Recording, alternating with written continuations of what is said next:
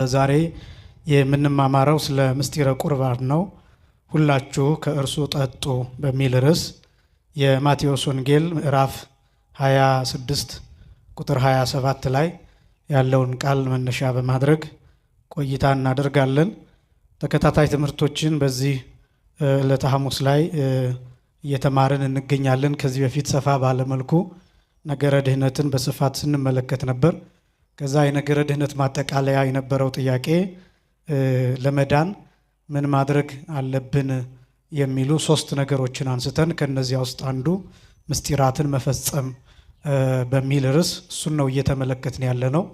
ምስጢራት ደግሞ ምን ምን ናቸው የሚሉትን በዋናነት 3 ምስጢራትን፣ አንደኛ ምስጢረ ጥምቀት፣ ሁለተኛ ምስጢረ ንስሐ፣ ሶስተኛ ምስጢረ ቁርባን፣ እነዚህን 3 ነገሮች መፈጸም ያስፈልጋል። ሰው እነዚህን 3 ምስጢራት ካልፈጸመ አይድንም። ስለዚህ ለመዳን የግድ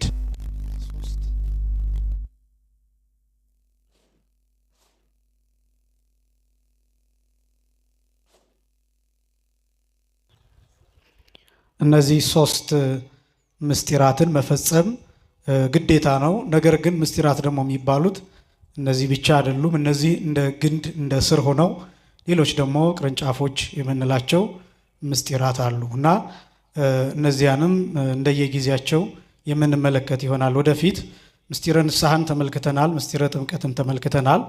ምስጢረ ቁርባን እሱን ብዙ ጥያቄዎችም ከምስጢረ ቁርባን ጋር የተያያዙ እየመጡ ስላሉ ስለዚህ ምስጢረ ቁርባንን ዛሬ እንመለከታለን። ከዚህ በፊት እንግዲህ ምስጢረ ተክሊልን የጋብቻን ምስጢር በተመለከተ ከ2 ሳምንት በፊት ባለው ጉባኤያችን በሰፊው ተመልክተናል። እንዲህ ከሆነ በተለይ ደግሞ ታስታውሱ እንደሆነ የምትከታተሉ ሰዎች በጋብቻ ጊዜ ቅዱስ ቁርባን ከተቀበሉ በኋላ ሙሽሮቹ የሚያደርጓቸውን ነገሮች በተመለከተ የሥርዓተ ቁርባኑን የሚቃወሙ ለስጋው ደግሞ የማይመጥን እንደዚህ አይነት ነገሮች ይከናወናሉና ስለዚህ እሱ ልክ እንዳልሆነ እነሱን በዝርዝር ተመልክተናል እና ከዛ ጋር ተያይዞ ነው እንግዲህ ቁርባን ራሱ ምንድነው፣ ከቁርባን በፊት በቁርባን ጊዜና ከቁርባን በኋላ የሚደረጉና የማይደረጉ ነገሮች ምንድናቸው የሚል ጥያቄ ስለመጣ እሱን እንመለከታለን እንደ ጊዜያችን። መጀመሪያ ግን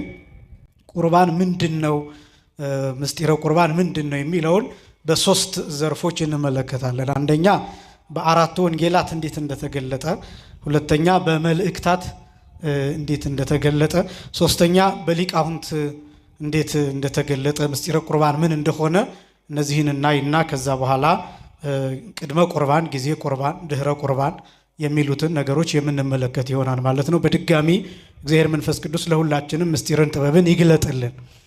ምስጢረ ቁርባን ማለት የቁርባን ምስጢር ማለት ነው። ከ7ቱ ምስጢራተ ቤተክርስቲያን አንዱ ነው እና ደግሞ የምስጢራት ሁሉ ማህተም ነው ወይም ደግሞ የምስጢራት ሁሉ ማሳረጊያ፣ ማረጋገጫ፣ መደምደሚያ፣ መጨረሻ ነው ምስጢረ ቁርባን የሚባለው።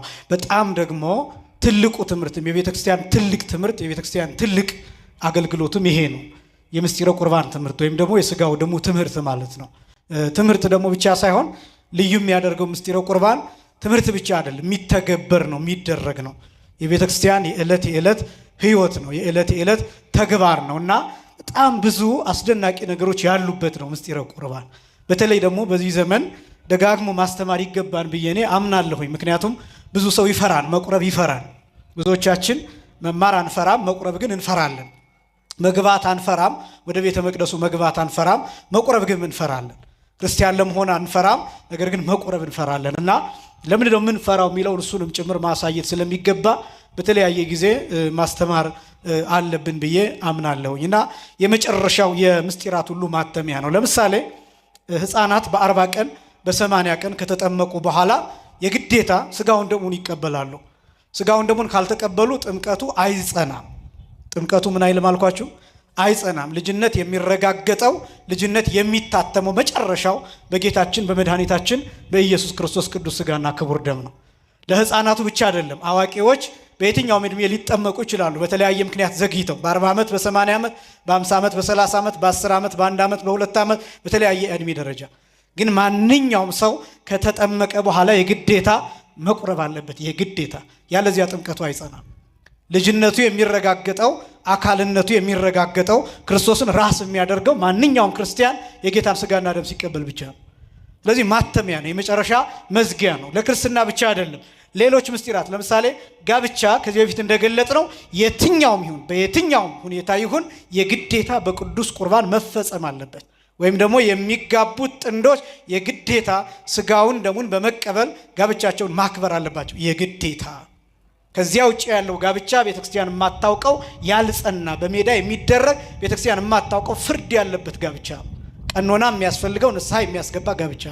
ስለዚህ በቅዱስ ቁርባን መታተም አለበት። ይሄ ብቻም አይደለም፣ በቤተክርስቲያን ስርዓት የትኛውም አይነት ለምሳሌ አንድ ሰው ንስሐ ገብቶ ቀኖናውን ከፈጸመ በኋላ ይፍቱኝ ብሎ ካህኑ እግዚአብሔር ይፍታህ ብሎ ሲያሰናብተው ወዲያውኑ መቁረብ አለበት፣ ሥጋውን ደሙን መቀበል አለበት። ንስሐው የሚጸናው ሥጋውን ደሙን በመቀበል ነው። ይሄ ብቻም አይደለም፣ ዲያቆናት ተሹመው፣ ቀሳውስት ተሹመው፣ ሊቃነ ጳጳሳት ተሹመው ከሹመታቸው በኋላ ቀጣዩ የሚሆነው ሥጋውን ደሙን መቀበል አለባቸው። ሹመታቸው የሚጸናው ሥጋውን ደሙን በመቀበል ነው፣ በመቁረብ ነው።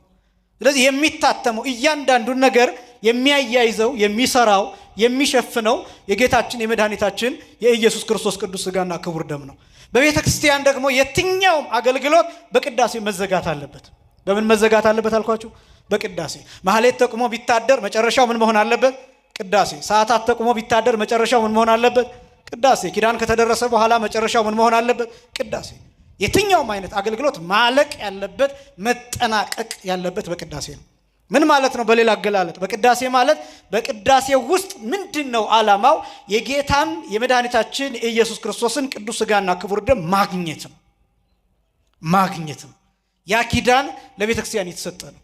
የጸና ኪዳን ነው። የማይቋረጥ ኪዳን ነው። እንዳልኳችሁ ዕለት ዕለት የሚፈጸም ኪዳን ነው።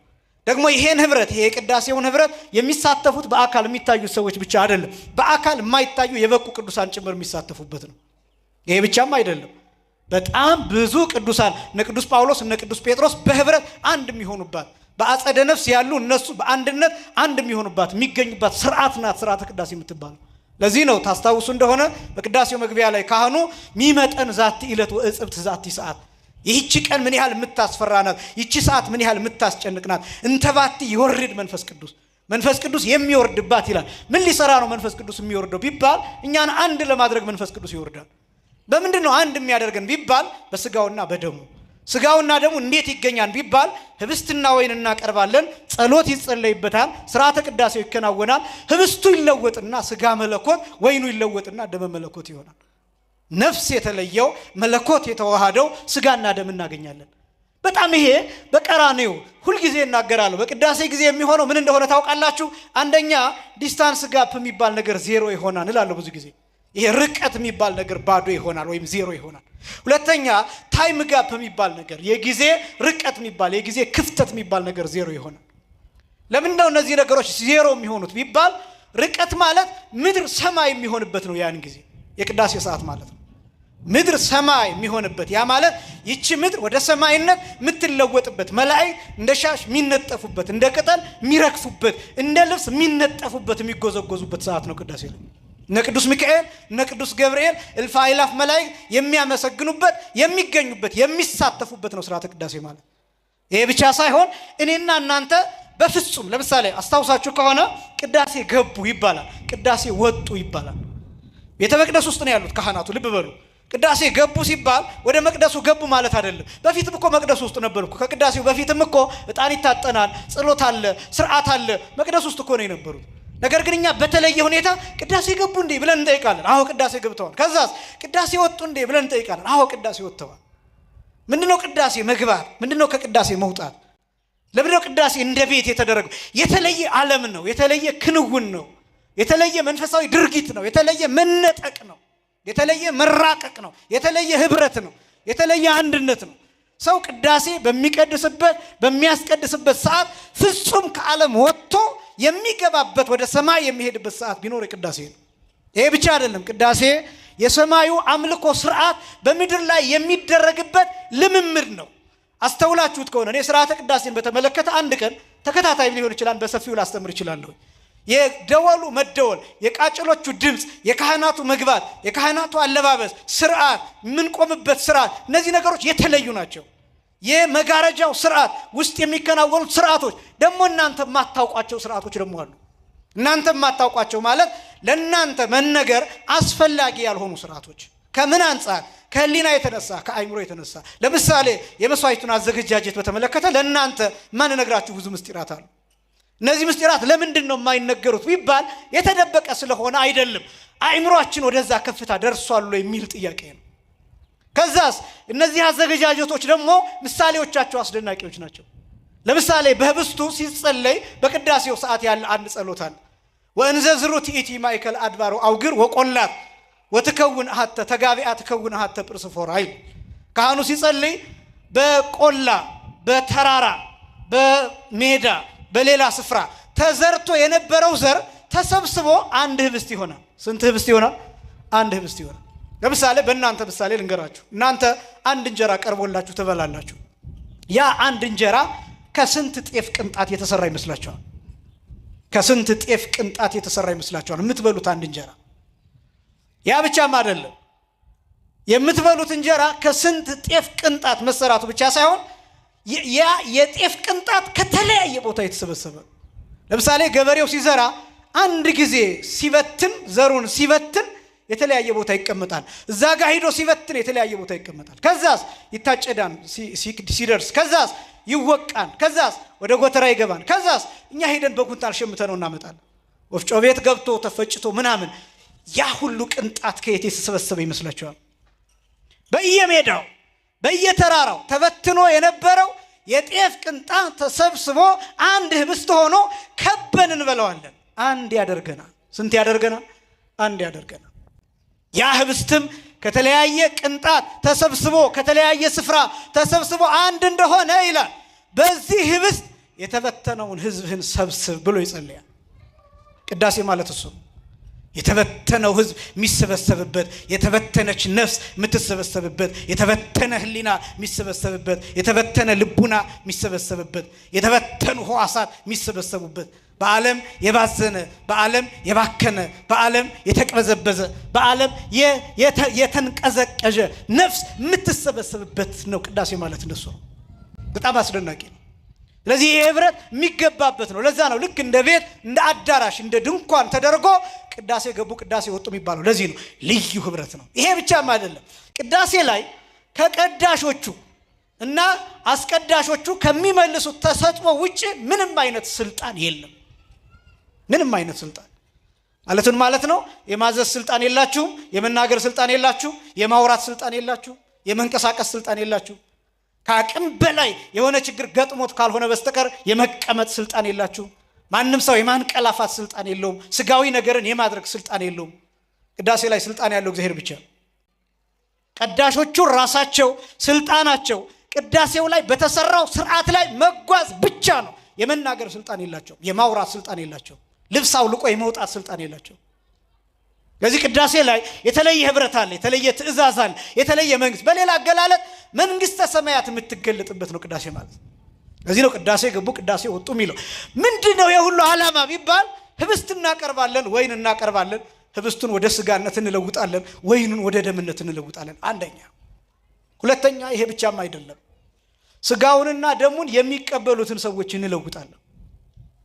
አሁን ጸሎተ ንስሐ የሚል ታስታውሳላችሁ። በቅዳሴ ጊዜ ህብስቱና ወይኑ ወደ ስጋነት ወደ ደምነት ተለውጧን ተብሎ ከታመነበት ሰዓት ጀምሮ ካህኑ ህብስት ወይን ማለት ያቆምና ስጋ ደም እያለ ይጠራዋል። ቡራኬያት አሉ። እነዚህ ቡራኬያት 42 ቡራኬያት ናቸው ጠቅላላ። ስንት ቡራኬያት አልኳችሁ? 42 ቡራኬያት አሉ በቅዳሴ ውስጥ። እነዚህ ከ42ቱ ቡራኬያት 21ዱ የውጭ ናቸው፣ 21ዱ ቡራኬ ደግሞ የውስጥ ናቸው።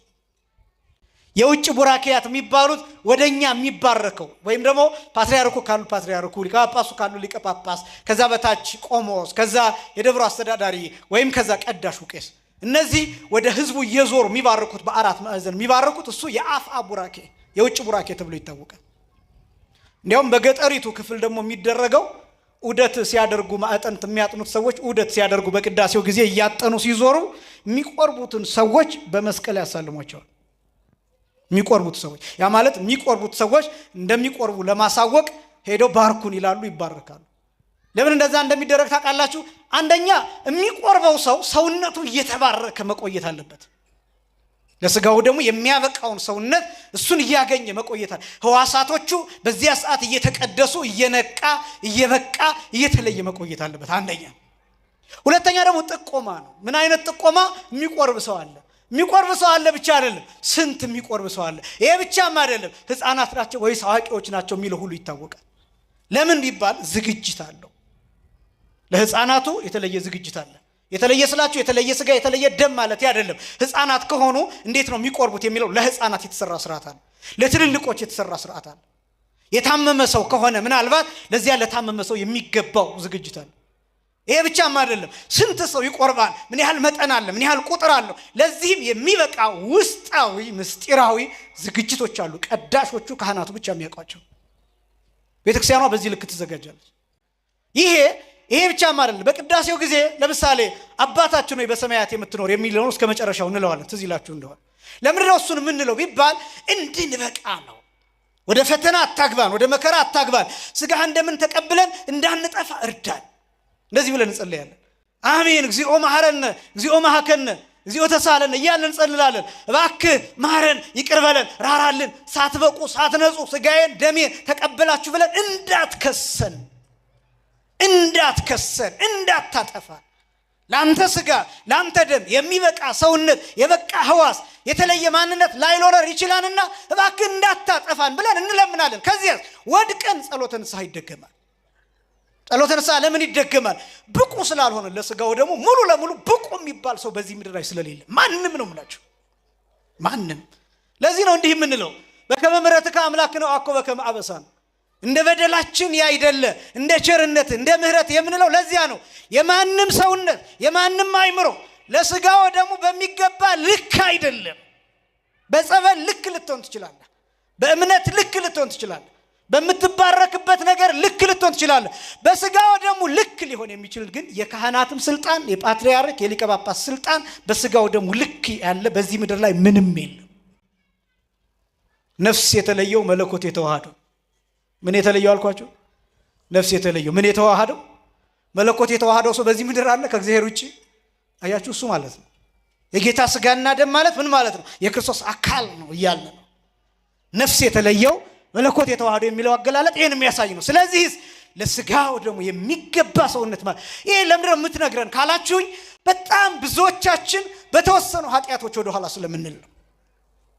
ለስጋው ደግሞ በጣም ብቁ እስከምትሆን ድረስ ከሆነ እየጠበቅ ያለው አትሆንም መቼም። ያ ማለት ሳትቀበል ትሞታለህ።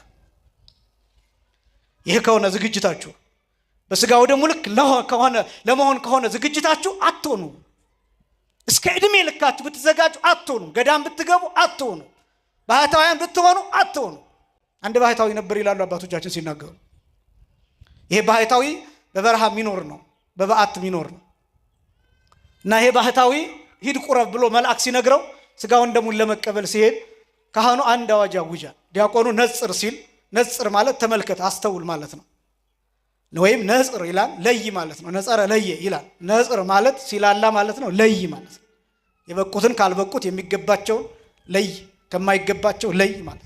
ነጽር ተመልከት አስተውል ማለት ስጋው ደግሞ ይህ የሚገባው ለበቁት ነውና አስተውል ማለት ነው። አንድም ህዋሳት እንዳያርፉበት ተህዋሳያን እንዳያርፉበት እንዳይነጥብ ተመልከት አስተውል ተጠንቀቅ ማለት ነው።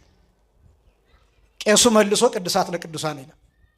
ቅዱሳት ለቅዱሳን ማለት ይህ ስጋው ደግሞ የሚገባው ለበቁ ለተዘጋጁ ላመኑ ሰዎች ነው ማለት ነው።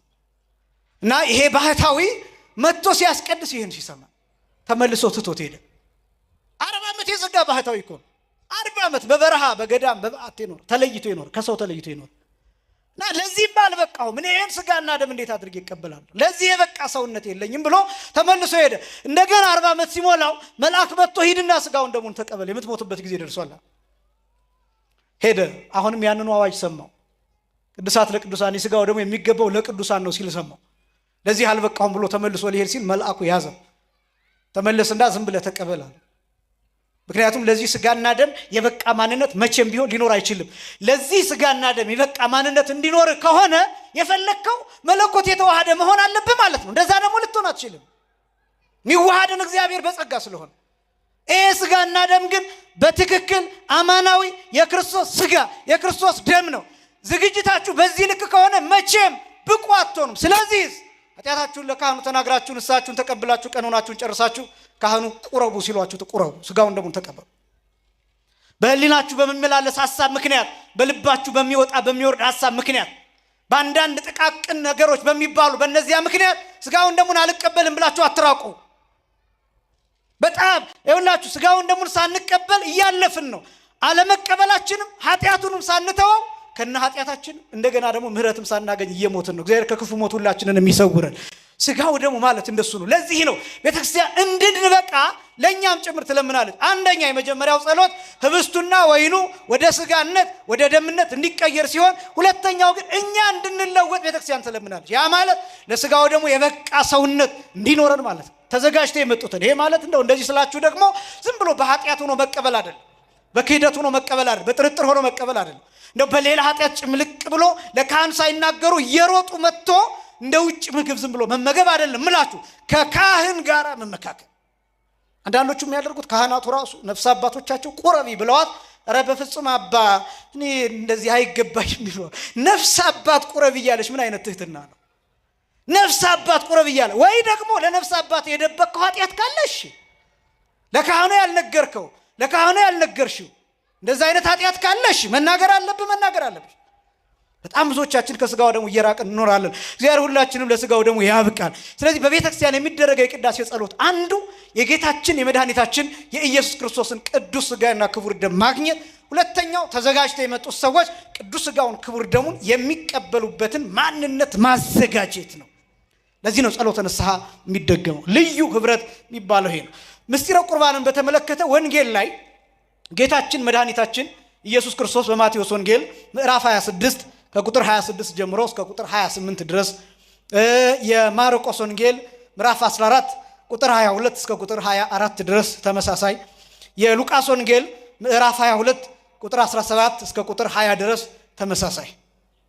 ዕለተ ሐሙስ ማታ የጸሎተ ሐሙስ ተብሎ የሚጠራው ምሽት ጌታችን መድኃኒታችን ኢየሱስ ክርስቶስ ሥርዓተ ቁርባንን ሰርቷል። ከዚያ በፊት ሰፊ ትምህርቶችን አስተምሯል ጌታ በሥርዓተ ቁርባን ዙሪያ፣ ስጋውን ደሙን በመቀበል ዙሪያ ምን እንደጠቀለለ በስጋውና በደሙ ውስጥ ምን እንዳስቀመጠ አስቀድሞ ነግሮናል። በነገራችን ላይ የመጨረሻው የምስጢር ትምህርት የሚባል ይሄ ትምህርት ነው። ብዙ ጊዜ እናገራል። በተለይ የዮሐንስ ወንጌል ምዕራፍ 6 ለምሳሌ የሕይወት እንጀራ እኔ ነኝ የሚል ትምህርት አለ። የሕይወት እንጀራ ከሰማይ የወረድኩ የሕይወት እንጀራ እኔ ነኝ፣ ስጋዬን የበላ ደሜን የጠጣ የዘላለም ምን አለው ሕይወት አለው የሚል ትምህርት አለ። እርሱ ከኔ ጋር ይኖራል፣ እኔ ከእርሱ ጋር እኖራለሁ፣ እሱ በእኔ ይኖራል፣ እኔ በእርሱ እኖራለሁ፣ በመጨረሻው ቀን ከኔ ጋር አስነሳዋለሁ የሚል ትምህርት አለ። ከዛ ደግሞ ስጋዬ እውነተኛ መብል ነው፣ ደሜ እውነተኛ መጠጥ ነው የሚል ትምህርት አለ። ይሄ 5000 ሰው የተበተነበት ትምህርት ነው። ዝም ብሎ ትምህርት እንዳይመስላችሁ፣ 5000 ሰው የተበተነበት ትምህርት ነው። ሐዋርያትም የተጨነቁበት፣ እንዲያውም በጣም ከመጨነቃቸው የተነሳ ይህ የሚያስጨንቅ ንግግር ነው ያሉበት ነው ሐዋርያት። ይሄ ትምህርት ማለት ነው። አይሁዳውያን አንድ ባህል አላቸው፣ አንድ ስርዓት አላቸው፣ አንድ ትውፊት አላቸው። ያ ትውፊት ምን አይነት ነው? የተሰወረ መና አለ። የተሰወረ መና አለ። ያ የተሰወረ መና ምንድነው መሰላችሁ? ኦሪት ዘጸአት ምዕራፍ 16 ከቁጥር 17 ጀምሮ ስታነቡ ታገኙታላችሁ። ኦሪት ዘጸአት ምዕራፍ 16 ከቁጥር 17 ጀምሮ ይሄ ከሰማይ የወረደላቸው መና አለ አይደለም? እሱ ለምስክር እንዲሆን በጎሞር በእንስራ ሙሴ ለቅመው እንዲያስቀምጡ ለልጅ ልጆቻቸው እንዲጠበቅ ተደርጓል። ጎሞር ሙሉ ወይም አንድን ስራ ሙሉ መና፣ አንድን ስራ ሙሉ መና። በደንብ ስሙ። ያ መና ምን አይነት እንደሆነ ታውቃላችሁ? ከታቦቱ ጋር የሚንቀሳቀስ ነው። እየሰማችሁ ነው? ከምኑ ጋር የሚንቀሳቀስ አልኳችሁ? ከታቦቱ ጋር የሚቀመጠው ውስጥ ቅድስተ ቅዱሳን ውስጥ ነው የሚቀመጠው። ይሄ የጎሞሩ መና ጎሞር በጣም የሚደንቅ ምን እንደሆነ ታውቃላችሁ? መናው አንድ ቀን ካደረ ይተላል፣ ይበላሻል፣ ይሸታል። እና እስራኤላውያን መና ሲለቅሙ ለዕለቱ ብቻ ነው መልቀም የሚችሉት። ለዛሬ ለምሳሌ ዛሬ ብቻ ነው መልቀም የሚችሉት። ዛሬ ለቅመው ለነገ ካሳደሩት ነገ መብላት አይችሉም፣ ይተላል። መቼ ብቻ ተፈቅዶላቸዋል? ቅዳሜ ሰንበት ስለሆነ እንዳይወጡ የቅዳሜው አርብ ተጨምሮ ይወርድላቸዋል። የቅዳሜው መቼ ተጨምሮ? አርብ። በሀገራችን እስከ ቅርብ ጊዜ አሁንም በገጠሩ አለ የሰንበት ውሃ የሚባል ታውቃላችሁ? የአርብ ውሃ የሰንበት ውሃ ይባላል። አርብ ይቀዳል፣ እንጨትም አርብ ይሰበራል፣ ቅዳሜና እሑድ አይሰራም። የከተማው ሰው ችግር የለበትም። ቅዳሜ እሑድም ሆቴሉን ይከፍታል፣ እንክት ያደርጋል፣ ሰንበትን ያከብራል፣ ችግር የለበትም። ሁሉንም ያደርጋል። የገጠሩ ሰው ደግሞ ምስኪን ነው። ቅዳሜና እሑድ ቤተክርስቲያን ይሄዳል እና ከዛ የተገኘ ቅዳሜ እንዳይወጡ አርብ መናው። ስለዚህ አድሮ ቅዳሜ የሚበሉት መና አይበላሽባቸውም። ተመልከቱ የእግዚአብሔርን ስራ። በሌላው ጊዜ እሑድ ቀን ግን ወጥተው የሰኞውን ቢለቅሙ የሰኞውን አይበሏትም፣ ይሸታል። ግን በጣም የሚያስደንቀው ምን እንደሆነ ታውቃላችሁ? ይሄ ጎሞር የሚባለው መና በቤተ መቅደስ በቅድስተ ቅዱሳኑ ተቀምጦ ያድራን፣ ይውላን፣ አድሯን፣ ውሏን፣ ሰንብቷን፣ ዓመታት አስቆጥሯን፣ አልተበላሸም። የአንድ ቀን ማደር የማይችለው መና እስከ መቼ ድረስ ቆየ? እስከ ኤርምያስ ወደ ባቢሎን እስከሚማረኩበት እስከ ነቢዩ ኤርምያስ ዘመን ድረስ ቆየ። በነቢዩ ኤርምያስ ዘመን ነዋያተ ቅድሳቱን የመቅደሱን ነዋያተ ቅድሳት መቅደሱ የሚቃጠልበት ጊዜ አካባቢ ማለት ነው። የመቅደሱን ነዋያተ ቅድሳትና መናውን እንዲሰውረው ለእግዚአብሔር ተነገረው፣ ለኤርምያስ ተነገረው በእግዚአብሔር በኩል። ነቢዩ ኤርምያስ መናውን ከነዋያተ ቅድሳቱ ጋር የት እንደሆነ በማይታወቅ ስፍራ ሰወረው። እስራኤል መሲህ ሲመጣ ያንን ኤርምያስ የሰወረውን መና ለኛ ይሰጠናል ብለው እስካሁን ድረስ ይጠብቃሉ። እስካሁን ድረስ ያ የተሰወረው መና ነቢዩ ኤርምያስ ይመጣና መሲህ ይመጣና ነቢዩ ኤርምያስ የሰወረውን መና ከተሰወረበት አውጥቶ ለእያንዳንዳችን ለሚገባቸው ሰዎች ለሚገባቸው አይሁዳውያን ይሰጣል ብለው ያንን መና ክርስቶስን ጠይቀውታል። አንተ መሲህ ከሆንክ መና ውርድ ብለው ጠይቀውታል። በነገራችን አንተ መሲህ ከሆንክ ውሃ አፍልቀህ አጠጣን ብለው ጠይቀውታል። ለምን እንደዚህ እንዳሉት ታውቃላችሁ? ሙሴ ያደረገውን ነገር በሙሉ መሲህ ሲመጣ ያደርገዋል ብለው ይጠብቃሉ። ስለዚህ አንተ መሲህ ከሆንክ ይህንን አድርግ። ክርስቶስ ግን አድርጎታል። በአስደናቂ ሁኔታ አድርጎታል። ለምሳሌ ዮሐንስ ወንጌል ምዕራፍ 6 ያልኳችሁ ህብስት አበርክቶ 5 እንጀራ 2 ዓሣ አበርክቶ 5000 ሰው አጥግቧል። ከዚያስ 12 መሶብ ትርፍራፊ ተቀምጧል። መና ማለት ይሄ አይደለ? የተሰወረ መና መስጠት ማለት ይሄ አይደለ? ማበርከት ማለት ይሄ አይደለ? መመገብ ማለት ይሄ አይደለ? መሲህነት ይሄ አይደለ? ክርስቶስነት ይሄ አይደለ? ሙሴ የሰራውን ስራ መስራት ይሄ አይደለ? እንዲያውም ጌታ በግልጽ ሲጠቁማቸው እንዲህ አላቸው፣ አኮ ሙሴ ዘወሀበክሙ ዘንተ ህብስተ አለ አቡየ ወሀበክሙ። ሙሴ አይደለም ከሰማይ መና ያወረደላችሁ አባቴ ነው የሰጣችሁ። እና አሁንስ እኔ ራሴ የሚበላ እንጀራ ብዬ ሆኜ መጥቻለሁ፣ የህይወት እንጀራ። ሙሴ መና ከሰማይ አውርዶ ሰጣችሁ። እንዲያውም አላቸው አበዊክሙ መና በሉ በገዳም ወሞቱ፣ አባቶቻችሁ ያን እንጀራ በምድረ በዳ በሉ ሞቱ። እኔ ግን የምሰጣችሁ የህይወት እንጀራ ነው፣ የዘላለም ህይወት። ታውቃላችሁ ይሄ የጌታ ስጋና ደም የዘላለም ህይወት የተቋጠረበት ምስጢር ነው። የዘላለም ህይወት በደንብ ስሙኝ፣ ይሄን ደጋግሜ እናገራለሁ። የጌታ ስጋና ደም ጽዋውና ህብስቱ ጻሕሉ የተሸከመው የዘላለም ህይወት ምስጢር ነው። ፈላስፎች ለዘመናት ፈልገውት ያልደረሱበት ህይወት፣ የማያውቁት ጥበብ፣ ያልደረሱበት እውቀት በጌታ ስጋና ደም ተቋጥሯል። በህብስቱ ተጠቅልሏል፣ ጽዋው ውስጥ ተጨምሯል። በስጋው የእኛን ሞት ወስዶ የእርሱን ህይወት ግን ጽዋው ውስጥ ጨምሮታል።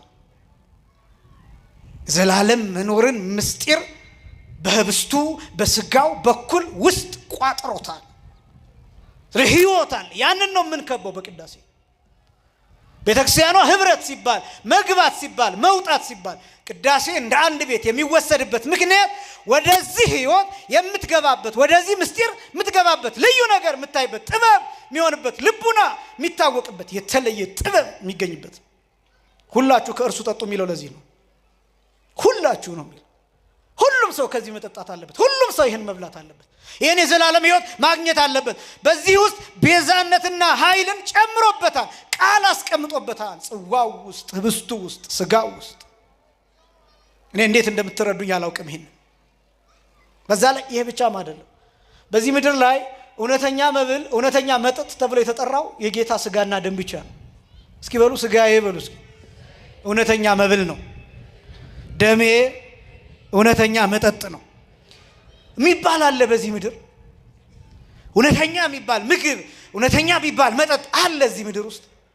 ማትሞቱበት ምግብ፣ ህይወት የምታገኙበት ምግብ፣ ማትታመሙበት ምግብ፣ ማትራቡበት ምግብ፣ ረሃብን የሚያስወግድ ምግብ፣ ጥምን የሚያስወግድ ለዘላለም እንደዛ አይነት መጠጥ በዚህ ምድር ታውቃላችሁ ወይ? ህይወት የሚሰጥ ጥበብ የሚሰጥ የሚያነፍስ ነው እንጂ የሚያሰንፍ የሚያሳብድ መጠጥ ነው እንጂ እዚህ ዓለም ላይ ያለው ህይወት የሚሰጥ ጥበብ የሚገልጥ ዕውቀት የሚገልጥ እዚህ ዓለም ላይ ታውቃላችሁ? እንደዚህ አይነት መጠጥ ታውቃላችሁ?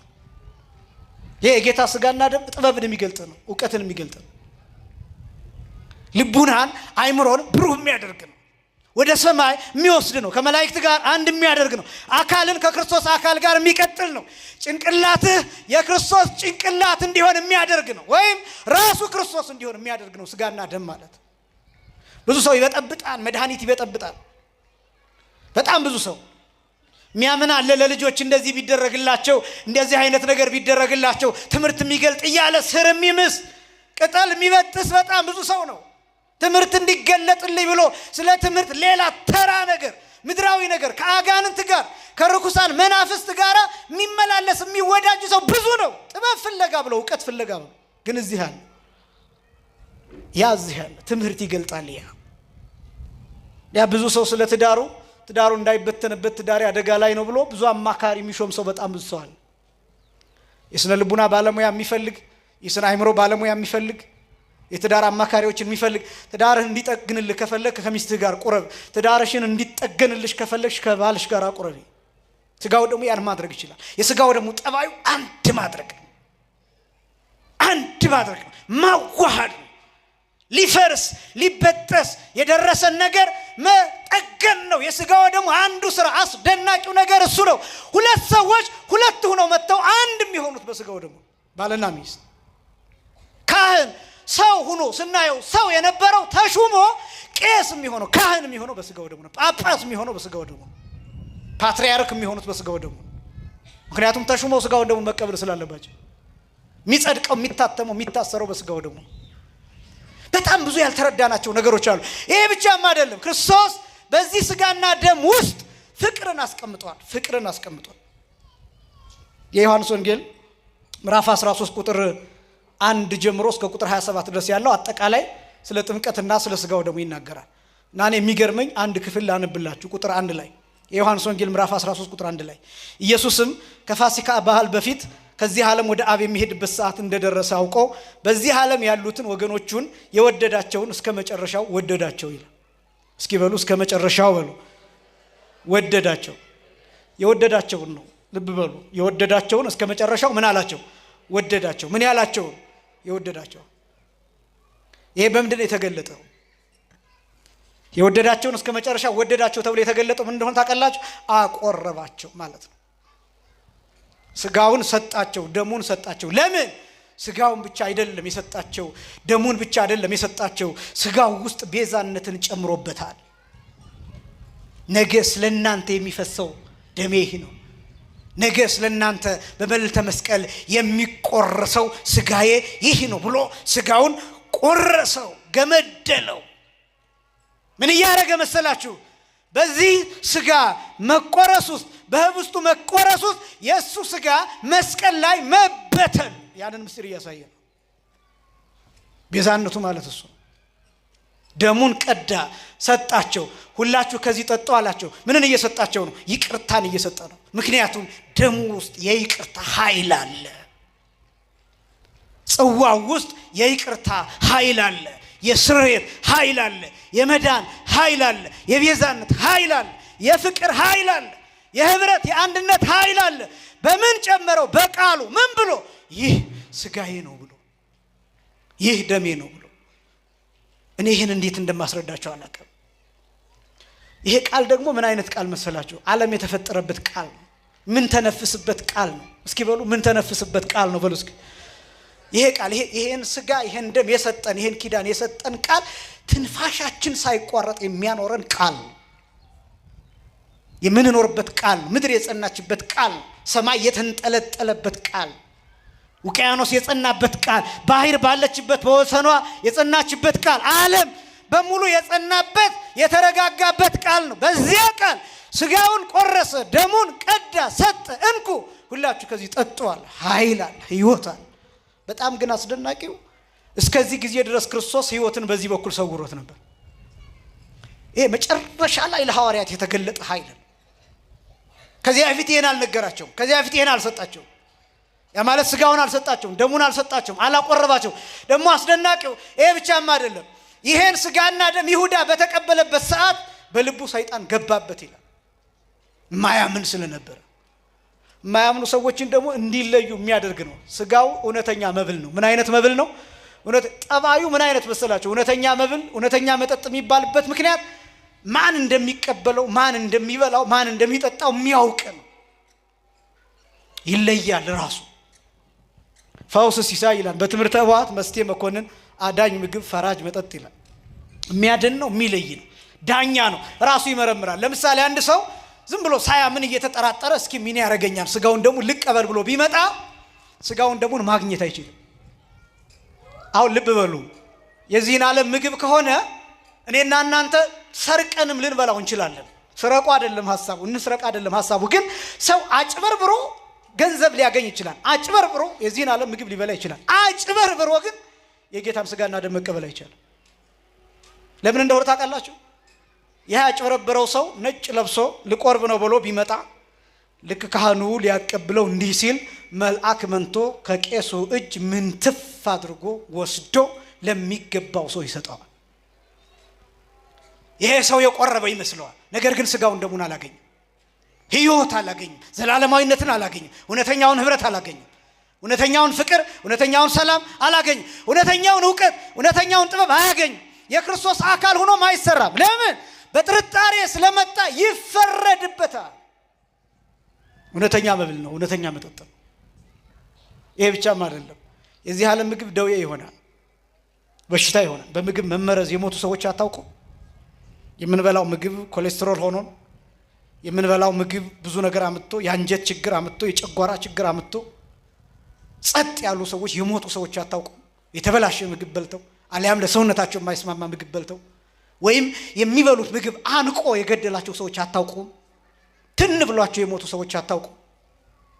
የዚህ ዓለም ምግብ የሞት ምክንያት ይሆናል። ስጋው ደግሞ ግን የሞት ምክንያት አይሆን፣ ሕይወት ነው የሚሰጠው። ይሄ ሕይወት እንዴት ተሰወረብን? ይሄ ሕይወት እንዴት ከኛ ጠፋ? ለምን ወደዚህ ሕይወት የማይቀርበው? ለምን ይፈራል? ምህረት የተጨመረበት፣ ይቅርታ የተጨመረበት፣ ሁላችሁ ከእርሱ ጠጡ ተብሎ የታዘዝንበት ስጋና ደም እንዴት እንሸሸዋለን? አስቀድሶ እንዴት! በጥንቶቹ ክርስቲያኖች እኮ ስጋውን ደሙን የማይቀበል ይለይ ተብሎ ነው የሚለየው። በነገራችን ላይ ፍትሐ ነገሥቱም እንደዛ ይላል። አንቀጽ 13ን ፍትሐ ነገሥት ብትመለከቱ፣ ፍትህ መንፈሳዊ ስለ ቁርባን የሚናገረው ብትመለከቱ፣ የማይቆርብ ሰው የተለየ ምክንያት ካላቀረበ በስተቀር ይውጣ፣ ከዛ በኋላ ይለይ ነው የሚለው። ካህኑ ባይቆርብ ይለይ ነው የሚለው። የጥንቶቹ ክርስቲያኖች ለመቆረብ ተዘጋጅተው ይመጣሉ፣ ይቆርባሉ። ይሄ መቅድመ ተአምረ ማርያም ላይ የምትሰሙት ተአምረ ማርያምን መስማት ስጋውን ደሙን እንደተቀበለ ይደረግለታል፣ ይሆንለታል የሚለው በነገራችን ላይ በዚህ ምክንያት የተሰራ ስርዓት ነው። ሰው ሁሉ እንዲቆርብ ማለት ነው። ተአምረ ማርያም በፊት ይነበብ የነበረው ድሮ ከአፄ ዘርዓ ያዕቆብ ጀምሮ ይነበብ የነበረው ከቅዳሴው በፊት ከኪዳን በፊት ነው ይነበብ የነበረው። አሁን በኋላ ለምን ውጪ መነበብ እንደተጀመረ ታውቃላችሁ? ሰው ሌሊት መምጣት ሲተው ተአምረ ማርያም ሳይሰማ እየቀረ ስለሆነ ያው በተለያየ ምክንያት አርፍዶ ስለሚመጣ በኋላ ምናንብብ በፊት ምናንብብ ተብሎ ስንት ጊዜ ይነበባል? 2 ጊዜ ይነበባል። በዛ ምክንያት እና አስፈላጊነቱ ለምን እንደሆነ ታውቃላችሁ? በተአምረ ማርያም ላይ ያለው የሚቻለው ስጋውን ደሙን ይቀበል። ምን የሚለው የሚቻለው ምን ይቀበል? ስጋውን ደሙን ይቀበል። የማይቻለው የሚከለክል ደዌ ቢኖረው ግን እንደተቀበለ ይሆንለታል፣ ይደረግለታል። የእመቤታችንን ተአምር ሰምቶ ቢሄድ ግን ቢያምን ይሆንልኛል፣ ይደረግልኛል። ዓላማው ምንድነው መሰላችሁ?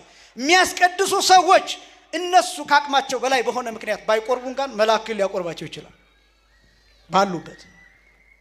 ለዚህ ሰዎችን ወደ ስጋው ደሙ የማምጣት ስራ ነው እንጂ ተአምረ ማርያም ስጋው ደሙ ነው አይደለም። ትምህርቱ እሱ አይደለም። ተአምረ ማርያምን ብቻ ስለሰማ በቃ ቆርባህን አይደለም።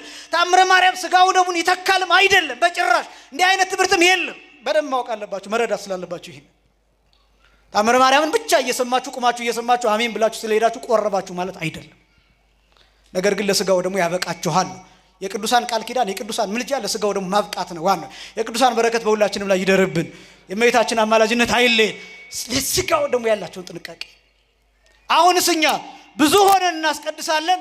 የሚመገበውን የጌታን ሥጋና ደም የሚቀበለውን ሰው አይተን እኛ ግን ዝም ብለን እንወጣለን። ለምን ከተባለ ሥጋውን ደሙን ከተቀበልን ምን ፈራቸው ነገሮች አሉ። ዛሬ ቆርቤ እንዳው ነገስ እንዴት ሆናለሁ? ያ ማለት የታቀደ ኃጢያት አለ ማለት ነው። ያላለቀ ኃጢያት አለ፣ የሚሰራ ፕሮጀክት አለ፣ የኃጢያት ፕሮጀክት አለ ማለት ነው። አያችሁ እንደዚህ ሆነን ከእግዚአብሔር ጋር እንዴት መግባባት እንችላለን? በተለይ ወጣቶች ወንድሞችና እህቶች እዚህ እንኳን በጣም መልካም ነው። ከአንድ መምህር ጋር ባለፈው እያወራን ነበርና በዚህ ዓመት ባለፈው የጸሎተ ሐሙስ በጣም ብዙ ወጣቶች ናቸው የቆረቡት እያለ እየነገረኝ ነበር። በአጋጣሚ ያልነበርኩ ማታ ነበር ጉባኤ ላይ መጣሁትና በጣም ብዙ ወጣቶች ናቸው የቆረቡት የጸሎተ ሐሙስ አንደኛ። ሁለተኛ በትንሳኤ ጊዜ እዚህ ነው የምላችሁ እዚህ ቤተ መቅደስ የኛ ቤተ መቅደስ እና የትንሳኤ ዕለት አክፍለው እንግዲህ ብዙ ወጣቶች በጣም አብዛኛው የቆረቡት ወጣቶች ናቸው እያለ እየነገረኝ ነበር። ለዚህ እግዚአብሔር የተመሰገነ ይሁን። ይሄ ወጣት መቆረብ አለበት። መሰልጠን ማለት እንደሱ ነው። ያ ሥጋው ደግሞ ምን ያደርጋችኋል መሰላችሁ? ሰውነታችሁን ያጸናዋል። ወጣትነታችሁ ይባረካል። እድሜያችሁ ይባረካል። ትምህርታችሁ ይባረካል። ዕውቀት ይገለጥላችኋል። ጥበብ ይገለጥላችኋል። የምትሰሩት ይባረካል። ይሄ ኩያን መናፍስት ርኩሳን መናፍስት የሚባሉት ከእናንተ ይርቃሉ። ይሄ የሚከለክልህ ነገር ስራ እንዳትሰራ የሚያደርግህ ነገር በሰዎች እንዳትወደድ ተቀባይነት እንዳታገኝ የሚያደርግህ ነገር እሱ ይርቅ። ይሄ ድብርት የሚባል ይሄ ቴንሽን የሚባል ጭንቀት የሚባል ስትረስ የሚባል ሸክሞች እነዚህ ነገሮች በሙሉ ካንተ ይርቃሉ። ሥጋው ደግሞ መድኃኒት ነው። ከጸበል በላይ ሥጋው ደግሞ መድኃኒት ነው። እኔ ሁሌ የማዝነው በዚህ ነው።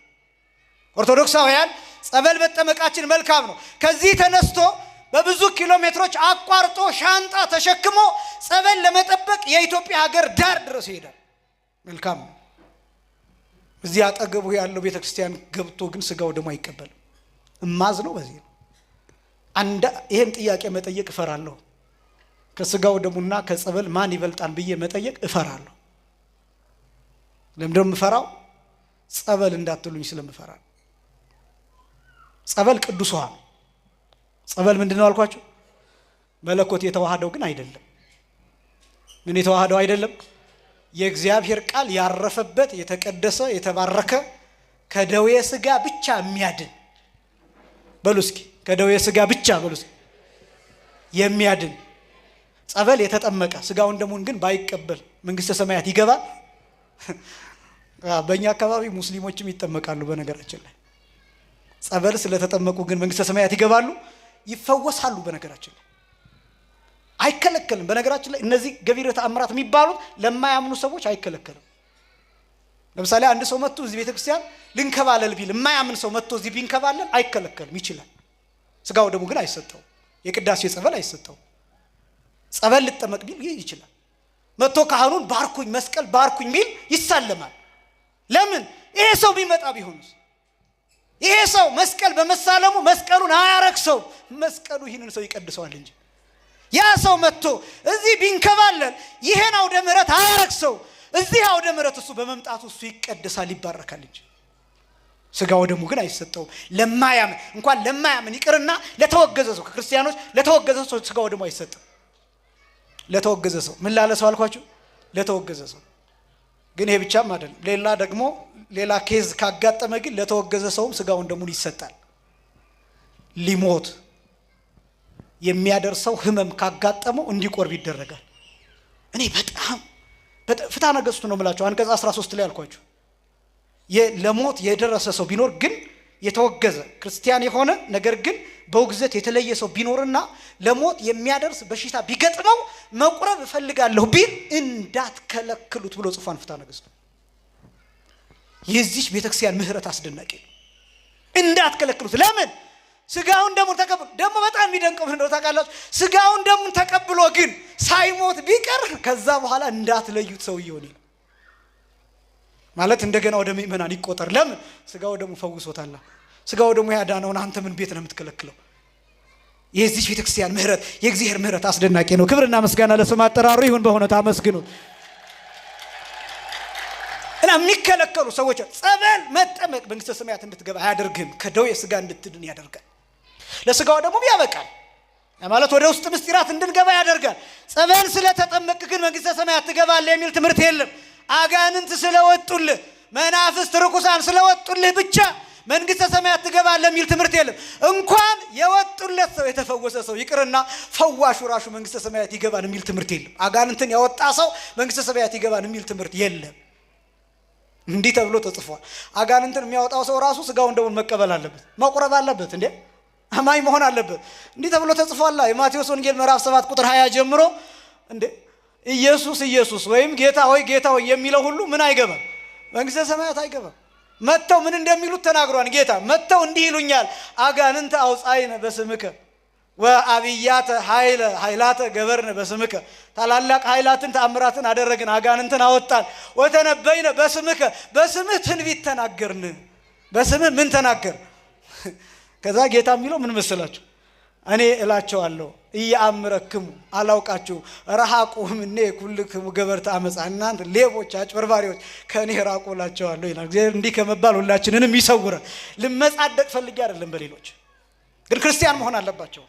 ያ ጉዳይ ራሱን የቻለ ነው። የፈውስ ስርዓት ሌላው ማን መፈወስ አለበት ምናምን የሚሉ ስርዓቶች እነዚህ በራሳቸው የራሳቸውን ጊዜ የሚፈልጉ መሆናቸው እንዳለ ሆኖ ግን ለመመጻደቅ ሳይሆን አጋንንትን የሚያወጡ ሰዎች ራሳቸው አጋንንትን ስላወጡ ብቻ መንግስተ ሰማያት መግባት። እንዲያው አንድ ሊቅ ቅዱስ ጎርጎርዮስ የሚባል እስመ ገቢረ ተአምራት ይክል አድህኖ እምኩኖኔ ገሃነም ይላል። ተአምራት ማድረግ ገሃነም ከመውረድ አያድንም ነው የሚለው።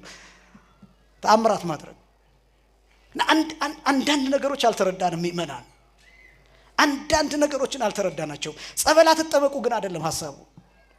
እምነት አትቀበሉ አይደለም ሐሳቡ። ሌላ ቦታ ገዳም እንደዚህ ሄዳችሁ እንደዚህ በረከት ቃል ኪዳን ያለባቸው ቦታዎች አትሂዱ አይደለም ሐሳቡ። ሂዱ ግን ቁረቡ፣ ሳትቆርቡ እንዳትመጡ። ሰው እንዴት ግሸን ሂዶ ሳይቆርብ ይመጣል? ሰው እንዴት ላሊበላ ሂዶ ሳይቆርብ ይመጣል? ሰው እንዴት ጻድቃኔ ሄዶ ሱባኤ ይዞ 7 ቀን 21 ቀን 40 ምናምን ቀን 2 ወር 3 ወር ተጠምቆ እንዴት ስጋውን ደሙን ሳይቀበል ይመጣል?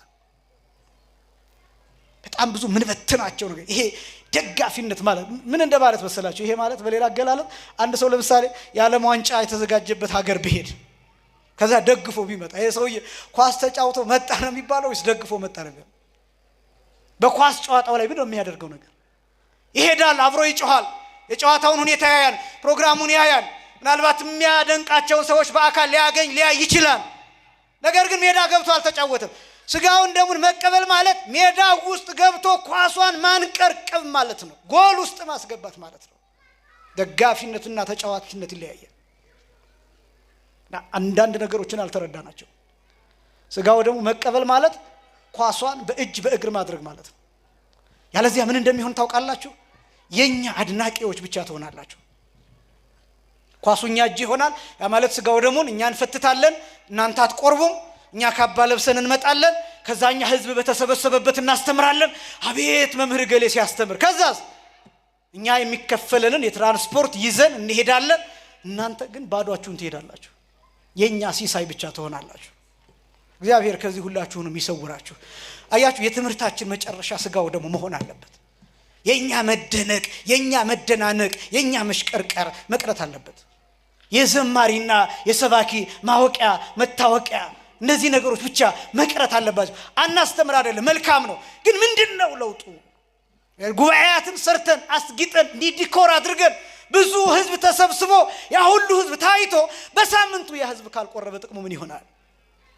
ምንድነው ጥቅሙ? የቤተ ክርስቲያንስ የመጨረሻ ግቧ ምንድነው? ይሄን እኮ ማወቅ ያስፈልጋል። በዛ ላይ ይሄ ብቻ አይደለም፣ ያጣ ነው። በጣም ብዙ በረከት አለ ከስጋው ደግሞ ማግኘት የሚገባን ግን ያጣ ነው። አስቀድሰን ብቻ ጀርባችንን ሰተን እንደ አይሁድ የምንሄድባቸው ይሄ መቅረት አለበት። ስለዚህ የጌታችን የመድኃኒታችን የኢየሱስ ክርስቶስ ቅዱስ ስጋና ክቡር ደም ህይወት የተጨመረበት ነው። እስኪ በሉ ህይወት በሉ። የተጨመረበት ነው። ምን የተጨመረበት ነው? ስጋው ህይወትን ጠቅልሏል። አያችሁ ክርስቶስ ምንድነው ያደረገው? ስለዚህ አነ ሞተ ነስአ ወእንቲ አሁ ህይወተ ወሀበነ። ነገ ስትጸልዩ አስተውሉት። የዓርብን ውዳሴ ማርያም የኛን ሞት ወስዶ የሱን ህይወት ሰጠን። የኛን ሞት ምን አደረገ? ወሰደ። የሱን ህይወት ለኛ ምን አደረገ? ሰጠ። እንዴት ተፈጸመ? እንዴት ተፈጸመ? ይሄ እንካችሁ ስጋዬ ነው ብሉ ሲል ህይወት ሰጠ።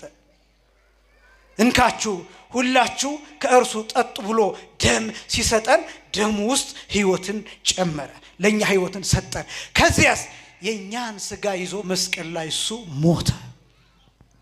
ሞተ አዳነን፣ ሞተ ሕይወትን ሰጠን፣ ተቀበረ ተነሳ አስነሳን። ክብርና ምስጋና ለስሙ አጠራሩ ይሁን። ይሄ ነው ቅዱስ ሥጋውን ክቡር ደሙን መቀበል ማለት። ታስታውሳላችሁ ቅዳሴ ላይ ንዜኑ ሞተከ ወትንሣኤከ ቅድስተ ነአምን ዕርገተከ ወዳግመ ምጽአተከ እያለን ምን ጸልየው በዜማ ትዝ ይላችኋል።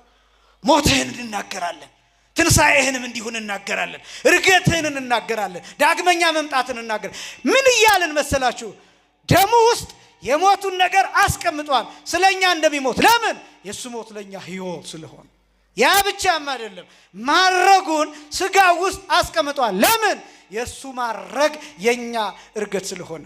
ይሄ ብቻም አይደለም፣ ዳግመኛ ይመጣል ይወስደናል። የሚወስደን ግን ምን ከሆንን ነው? ሥጋው ከሆንን፣ አካሉ ከሆንን። ሥጋውና አካሉ ደግሞ ምን ሆነው?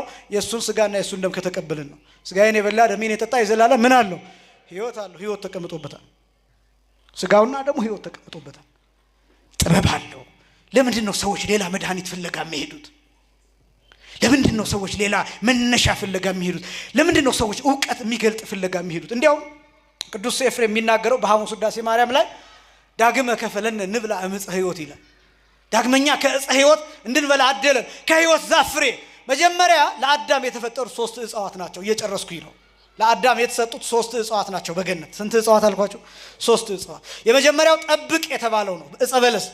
ሁለተኛው ብላም አትብላም ያልተባለው ነው፣ ዕፀ ሕይወት ነው። ሶስተኛው ደግሞ ብላ የተባለው ምግቡ ነው። እና 3 መደቦች ተሰጥተውታል። አዳም ዕፀ በለስን ሳይበላ ጠብቆ፣ ሌሎቹን ግን ብላ የተባለውን እየበላ ቆይቶ እየታዘዘ ቆይቶ ቢሆን ኖሮ የሕይወትን ዛፍ ፍሬ ይበላና ሕያው ይሆን ነበር። ከ1000 ዓመት በኋላ የዘላለም ሕያው አይሞትም ነበር። እንዳይሞት ሆኖ ይሄ መራባት እንዳለ ሆኖ ሞት የሚባል ነገር ሳያገኘው ይኖር ነበር በተዘጋጀለት ስፍራ። ግን ዕፀ በለስን በላ። ከዛ እግዚአብሔር የወሰነው ውሳኔ ምን እንደሆነ ታውቃላችሁ? ልክ አዳም የበለሱን ፍሬ ሲበላ የሕይወት ዛፍ መንገድ ተዘጋ። ምንድነው ያደረገው? ወአዘዞሙ ለኪሩቤል ወሱራፌል። ኦሪት ዘፍጥረት ምዕራፍ 3 ቁጥር 24 ላይ ኪሩቤልንና ሱራፌልን አዘዛቸው ይላል። ዘውስተ እዴሆሙ ሰይፈ እሳት ይላል። የእሳት ሰይፍ እጃቸው ውስጥ አስቀምጦ እንተ ትትመያየጥ ይላል፣ የምትገለባበጥ የምታስፈራ ይላል። ከመ ይዕቀቡ ይላል ፍናወ ዕፀ ሕይወት ይላል። ወደ ሕይወት ዛፍ የሚወስደውን መንገድ ዘጉ ይላል፣ ጠበቁ ይላል። እንዲጠብቁ አዘዛቸው። ለምን? ከመ ይባ አዳም ተሃቢሎ፣ አዳም ተደፋፍሮ ወደዚያ እንዳይገባ። ቢገባ ምን ችግር አለው? ችግሩ ምንድን ነው? አዳም ወደዛ ወደ ሕይወት ዛፍ ቢሄድ ችግሩ ምንድን ነው? የሕይወት ዛፍ ፍሬን እንዳይበላ፣ በሕይወት እንዳይኖር። ታዲያ እግዚአብሔር ምቀኛ ነው እንዴ? አዳም የሕይወት ዛፍን ፍሬ በልቶ በሕይወት ቢኖር ምን ችግር አለው? ምቀኛ ነው እግዚአብሔር? አይደለም። ምቀኛ ሆኖ ሳይሆን አዳም ከበደለ በኋላ የሕይወት ዛፍ ፍሬ ቢበላ ሕያው የሚሆነው ከነ በደሉ ነው። ከነ ምኑ ነው አልኳችሁ? ከነ በደሉ። በደል ደግሞ መኖር የለበትም። ሰው ነው መኖር ያለበት። አዳም በደልን ተሸክሟል። አዳም ርግማንን ተሸክሟል።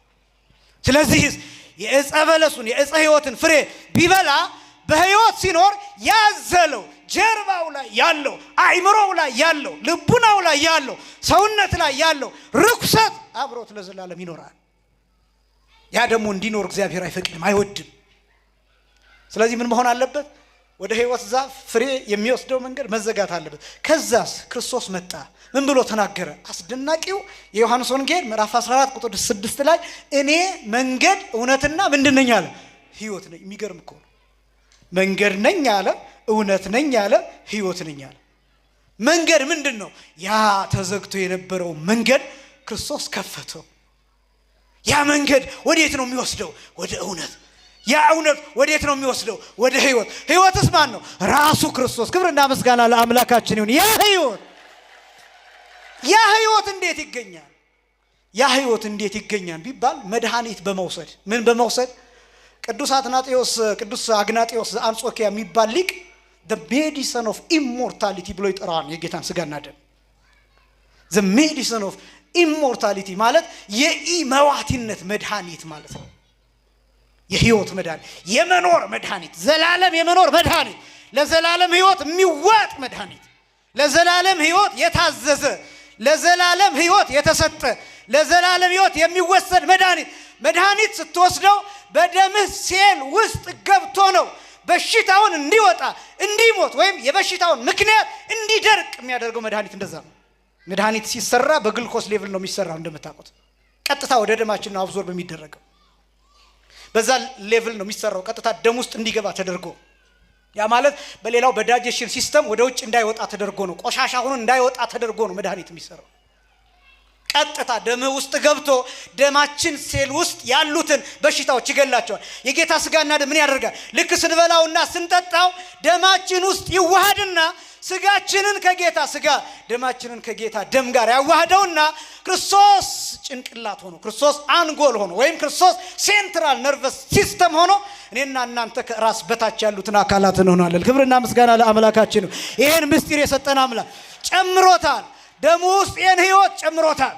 ይሄን ዘላለማዊነት ጨምሮታል። ይሄን ፍቅር ጨምሮታል። ደሙ ውስጥ የቤዛነት ኃይል፣ ጽዋ ውስጥ አለመሞት፣ ጽዋ ውስጥ አቅም፣ ጽዋ ውስጥ ጉልበት፣ ጽዋ ውስጥ ኪዳን ፍቅር ይሄን አስቀምጦበታል። ለዘላለሙ የወደደን ፍቅር የት ይገኛል ካላችሁ እዚህ ክርስቶስ ቤተክርስቲያንን ለዘላለም የወደደበት ፍቅር፣ ክርስቶስ ለቤተክርስቲያን ራሱን የሰዋበት ፍቅር፣ ራሱን ያረደበት ፍቅር፣ ራሱን ያራቆተበት ፍቅር፣ የሾህ አክሊል ደፍቶ የሞተበት ፍቅር፣ የደቀቀበት ፍቅር፣ 6666 ጊዜ የተገረፈበት ፍቅር፣ ስጋው እስኪበተን ድረስ ደሙ በምድር ላይ ተረጭቶ እስኪያልቅ ድረስ አጥንቱ እየታየ እስኪሞት ድረስ ለቤተክርስቲያን የሰጣት ፍቅር የት ይገኛል ካላችሁ ጽዋው ውስጥ ይገኛል። በህብስቱ ተጠቅለዋል፣ በስጋው ተጠቅለዋል።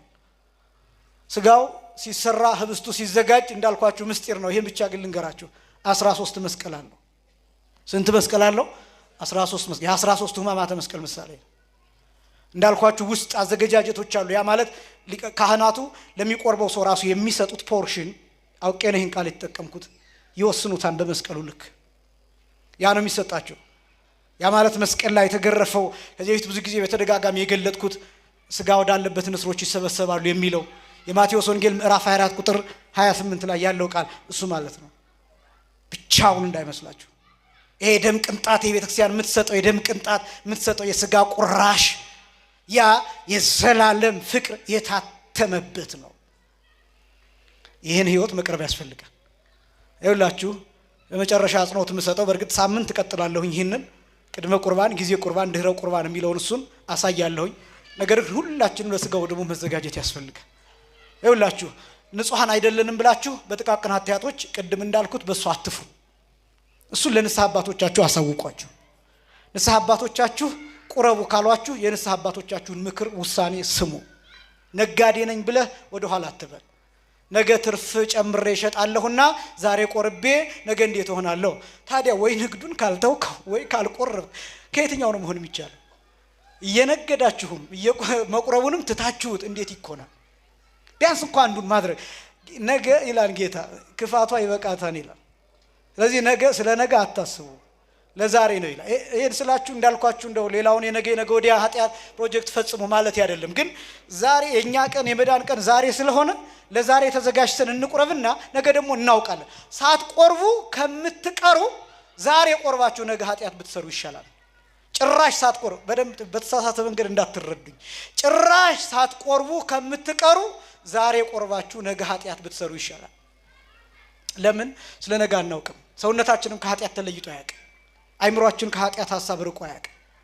ልባችን ከዚህ ተለይቶ አያውቅም። እና አንዳንድ ነገሮች በተሳሳተ መልክ እየተረዳናቸው ድፍረት እየመሰለን ግን ከማዕዱ እየተለየን እንሄዳለን።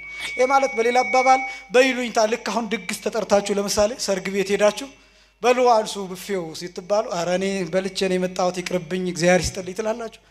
ሰርግ ነው ተጠርታችሁ ነው የሄዳችሁት፣ ድግስ ነው። ልክ እንደዛ አሁን ስጋው ደግሞ መተንኛ ወይ ደግሞ በሌላ አባባል ልትታከሙ ሄዳችሁ ሐኪም ቤት ዶክተሩ ሊያክማችሁ ሲል በይሉኝታ ኧረ ዶክተርዬ ይቅርብኝ እንዳታክመኝ ትላላችሁ። ይሄ ማለት እኮ ነው በሌላ አባባል። እና አንዳንድ ይሉኝታዎቻችን ከዋናው ማዕድና ከዘላለም ሕይወት ለይተውናል። በተለይ ወጣቶች ወንድሞቼና እህቶቼ አትፍሩ።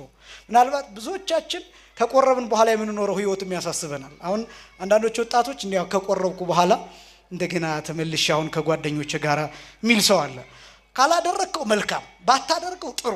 ያለዚያ ግን ቆርበህም ቢሆን ከዛ በኋላ ስለምትሰራው ኃጢአት ለንስሐ አባትህ እየተናገር እየወደክ እየተነሳ ህይወትህን ምራ። ሁላችንንም በህይወት ያቆየን። የዘላለም ህይወትን ለሁላችንም ያደለን። ሁላችንም ለቅዱስ ሥጋው ለክቡር ደሙ ያብቃን። ሳምንት እንቀጥላለን። የሳምንት ሰዎች ይበለን። ወስብሐት ለእግዚአብሔር።